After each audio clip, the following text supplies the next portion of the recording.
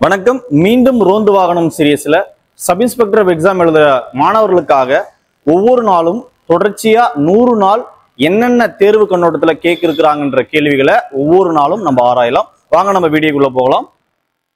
இன்றைக்கு நம்ம current affairs ரிலேட்டடா இருக்கிற இம்பார்ட்டன்டான டாபிக்கை டே 1 எஸ்ஐ தேர்வர்களுக்காக நம்ம பார்க்கலாம். 100 நாள் பயிற்சியில முதல் நாளா நம்ம எதை பத்தி பார்க்க இருக்கோம்னா பத்ம விருதுகள். பத்ம விருது 2025ல யாரெல்லாம் வாங்க இருக்காங்க, இந்த பத்ம விருதுடைய வகைகள் என்னென்ன, இந்த விருது யார் யாருக்கெல்லாம் வழங்கப்பட்டது, எதற்காக வழங்கப்பட்டதுன்ற தேர்வு கண்ணோட்டத்துல முக்கிய குறிப்புகளை நம்ம இப்ப பார்க்கலாம். இந்த பத்ம விருதுகள் எப்ப நிறுவப்பட்டது, நிறுவப்பட்ட ஆண்டு 1954ல நிறுவப்பட்டிருக்கு. சுமார் 71 ஆண்டுகளுக்கு முன்னர். நாட்டின் மிக உயரிய குடிமை விருதுகள்ல இதுவும் ஒண்ணு. தட் மீன்ஸ் பத்ம விருது. இது கிட்டத்தட்ட 3 வகைகளா வகைப்படுத்தப்படுகிறது. என்னென்ன வகைகள்? பத்மஸ்ரீ, பத்ம விபூஷன், பத்மபூஷன். இந்த 3 விருதுகள். ஒவ்வொரு விருதுகளுக்கும் தனித்தனி சிறப்புகள் இருக்கு. மொத்தமா இந்த விருதுகள் என்னென்ன துறைகளுக்காகவும் என்னென்ன பணிகளுக்காகவும் என்னென்ன சேவைகளுக்காகவும் வழங்கப்படுதுன்றத நம்ம 1 by 1 பார்த்துடலாம். கலை, சமூக பணி, பொது விவகாரங்கள், அறிவியல் மற்றும் பொறியியல், வர்த்தகம், தொழில்துறை, மருத்துவம், இலக்கியம் மற்றும் கல்வி, விளையாட்டு, ஆட்சி பணி போன்ற பல்வேறு துறைகள் செயல்பாட்டு துறைகளில் வழங்கப்படுகிறது. இதுல முக்கியமா என்னென்ன செயல்பாடுகள்லாம் செஞ்சதற்காகவும் சேவைகளுக்காகவும் பாராட்டி இந்த விருதுகள் வழங்கப்படுதுன்றத 1 by 1 நம்ம பார்க்கலாம். அதுல முதற்கட்டமா பத்மஸ்ரீ விருதை நம்ம பார்க்கலாம். பத்மஸ்ரீ விருது எதற்காக வழங்கப்படுது? எந்த ஒரு துறையுமான சிறப்பான சேவைக்காக பத்மஸ்ரீ விருது வழங்கப்படுது. இதை தொடர்ந்து பத்ம விபூஷ விருது. பத்ம விபூஷ விருது எதற்காக வழங்கப்படுது?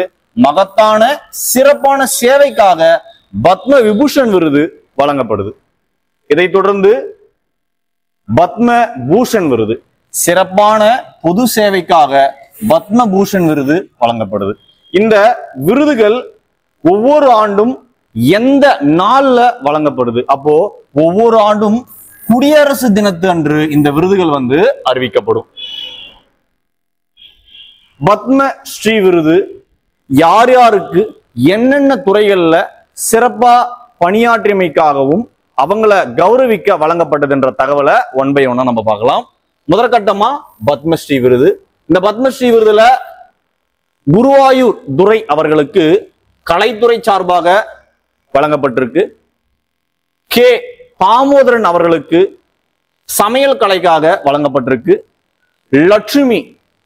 லட்சுமி நார சுபையார், இந்த லட்சுமிபதி ராம சுபையார் என்ற அவர்களுக்கு இலக்கியம் கல்விக்காக இந்த விருதுகள் வழங்கப்பட்டிருக்கு. அதுக்கடுத்து எம்டி சீனிவாஸ், இந்த எம்டி சீனிவாஸ் அவர்களுக்கு அறிவியல் பொறியியலுக்காக இத்தகைய விருது வழங்கப்பட்டிருக்கு. அது மட்டும் இல்லாம புரசை கண்ணப்ப சம்பந்தன் கலைத்துறைக்காக விருதுகள் வழங்கப்பட்டிருக்கு. ரவிச்சந்திரன் அஸ்வின் விளையாட்டுத்துறைக்காக வழங்கப்பட்டிருக்கு. ஆர்ஜி சந்திரமோகன் தொழில்துறைக்காக வழங்கப்பட்டிருக்கு. ராதாகிருஷ்ணன் தேவசேனாதிபதி கலைத்துறைக்காக விருது வழங்கப்பட்டிருக்கு. ஸ்ரீனிவாசநாதன் இலக்கியம் கல்வி ஆகியவற்றுக்காக விருது வழங்கப்பட்டிருக்கு. வேலு ஆசன் அவர்களுக்கு கலைத்துறைக்காக விருது வழங்கப்பட்டிருக்கு. இதை தொடர்ந்து பத்ம விபூஷ விருது. பத்ம விபூஷ விருது யார் யாருக்கெல்லாம் வழங்கப்பட்டிருக்கின்ற அந்த லிஸ்ட பார்த்துடலாம். முதற்கட்டமா திரு தூர் நாகேஸ்வர ரெட்டி அவர்களுக்கு மருத்துவத்திற்காக இந்த விருது வழங்கப்பட்டிருக்கு.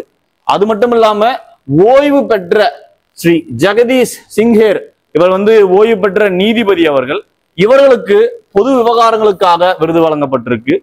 மறைவுக்கு பிறகு ஸ்ரீ ஓசம சுசுகி என்பவருக்காக வர்த்தகம் மற்றும் தொழில்துறையில விருது வழங்கப்பட்டிருக்கு. தட் மீன் பத்ம விபூஷ விருதுகள் பெற்றவர்களை நம்ம பார்த்தாச்சு.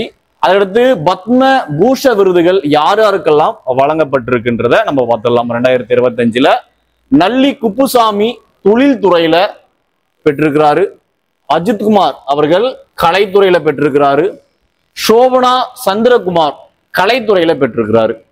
சோ இன்னைக்குண்டான பத்ம விருதுகள் 2025ல யார் யாரெல்லாம் வாங்கி இருக்கிறாங்கன்ற தகவலை நம்ம பார்த்தோம். தேர்வு கண்ணோட்டத்தில் இது உங்களுக்கு புரிஞ்சிருக்கும் நம்புறோம். தேங்க்ஸ் ஃபார் வாட்சிங் திஸ் வீடியோ. நன்றி.